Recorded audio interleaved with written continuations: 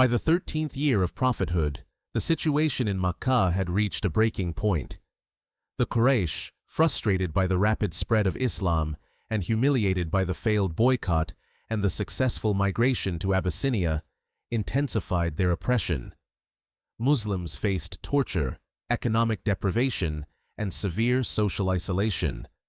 Some were tied in the sun, others starved, and many had their trade completely cut off. The Prophet, may Allah's peace and blessings be upon him, himself was constantly monitored, insulted, and threatened. In addition, Islam had reached a new turning point after the first and second pledges of Al-Aqaba, when the people of Yathrib embraced Islam and offered protection to the Prophet, may Allah's peace and blessings be upon him. These pledges gave Muslims a new base, a new alliance, and a safe city where Islam could flourish without persecution. The Quraysh understood the threat. If Muhammad, may Allah's peace and blessings be upon him, reached Yathrib, it would become a strategic and political center. Islam would grow beyond Makkah's control. This pushed the Quraysh leadership toward a final, drastic solution. The assassination of the Prophet, may Allah's peace and blessings be upon him. Allah commanded the Prophet to migrate. Makkah, his birthplace, the home of his ancestors, and the land centered around the Kaaba, was no longer safe for the message. The Hijrah became necessary for the survival of Islam and the protection of the believers. The Prophet, may Allah's peace and blessings be upon him, instructed his companions to migrate quietly and in small groups toward Yathrib. Families departed at night, leaving behind homes, wealth, and memories. Some were prevented by their tribes, others were beaten as they attempted to leave. Yet many succeeded, arriving in Yathrib, where the Ansar welcomed them warmly. One of the most famous migrations was that of Umar ibn al-Khattab, who migrated openly, armed, and announced publicly that anyone who wished to stop him could face him directly. Others experienced immense difficulty.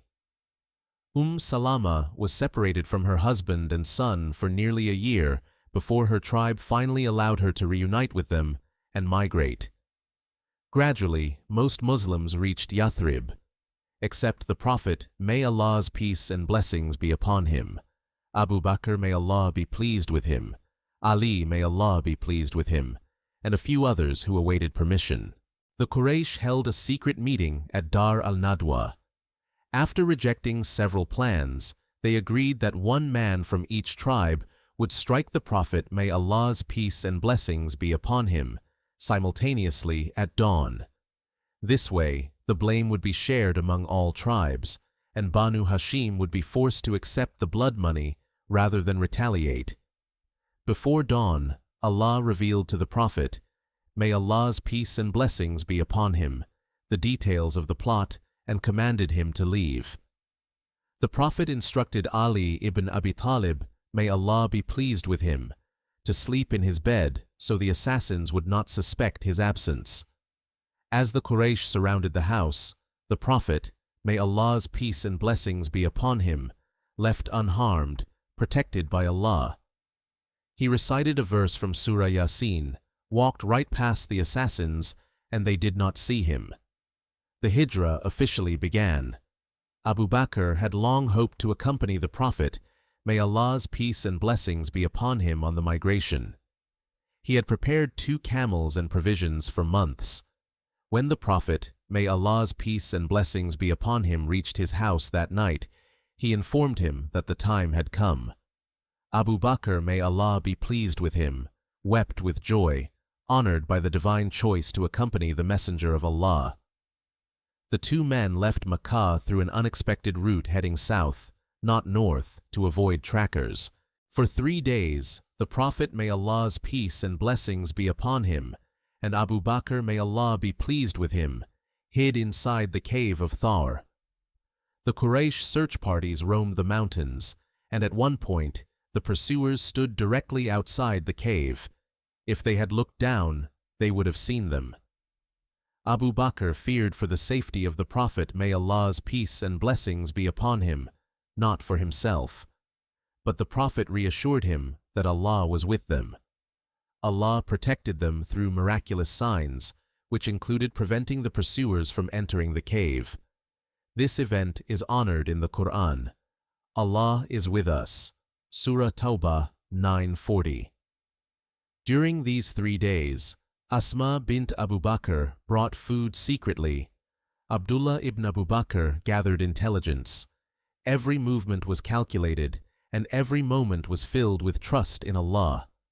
After leaving the cave, after 3 nights, with the search intensity reduced, the Prophet, may Allah's peace and blessings be upon him, and Abu Bakr, may Allah be pleased with him, traveled across the harsh desert, guided by Abdullah ibn Urayqit, an expert navigator.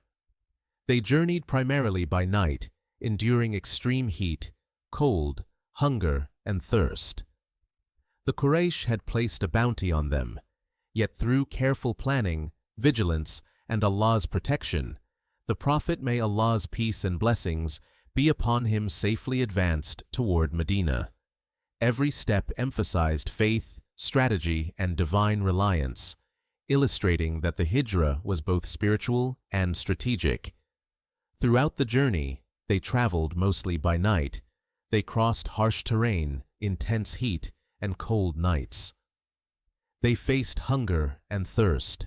Abu Bakr constantly watched every direction, fearing for the Prophet's safety.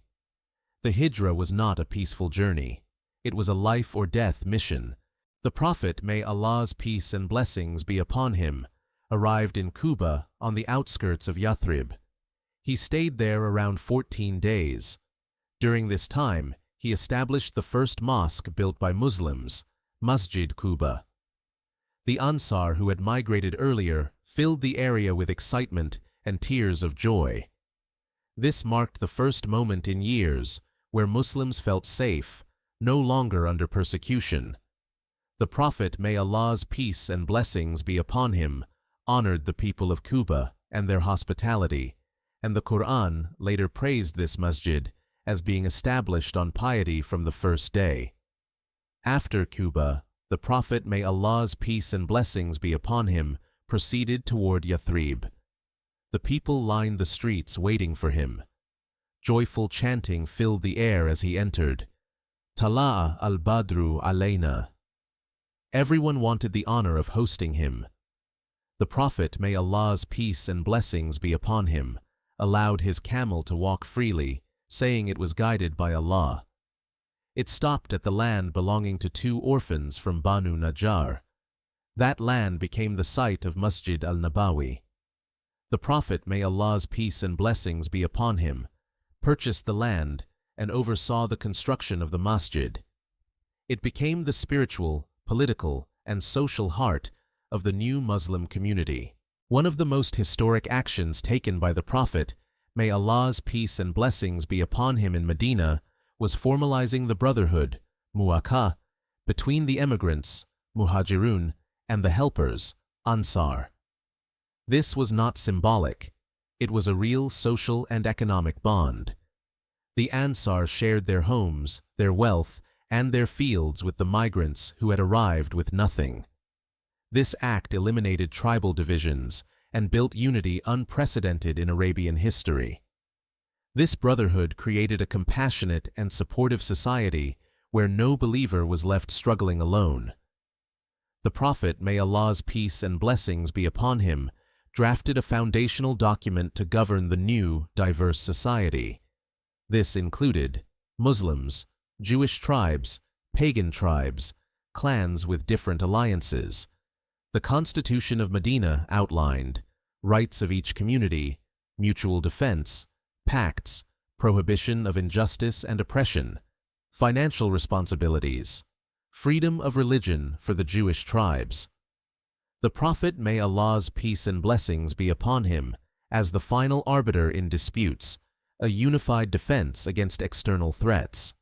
This document is considered one of the earliest written constitutions in world history and established Medina as an organized state built upon justice, consultation, and peace. Even after the Hijrah, the Quraysh continued to threaten the Muslims. They were angered that the Prophet, may Allah's peace and blessings be upon him, reached a safe city, built alliances, and gained a growing following. To protect Medina, the Prophet, may Allah's peace and blessings be upon him, organized patrols around Medina, alliances with nearby tribes, defense strategies, monitoring of caravan routes, training to prepare the community for any attack.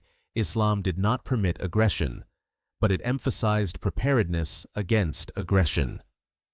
This period saw the first defensive steps taken by the Muslim community to ensure that they would never again be vulnerable as they had been in Makkah. Medina quickly transformed into a center of spiritual and social growth. Revelation increased, providing guidance for this new society. Masjid al-Nabawi became a center of education. Charity systems were organized. Legal rulings were established. Moral teachings spread through public sermons. The society moved from tribal disputes to unified responsibility.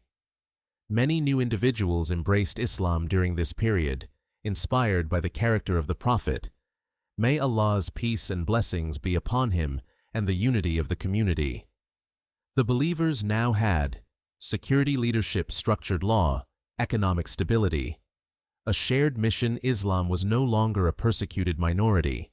It was a flourishing community. During this period, several key verses shaped the early Muslim society. Surah Al-Hashr 59:7. Guidance on wealth distribution, justice, and governance.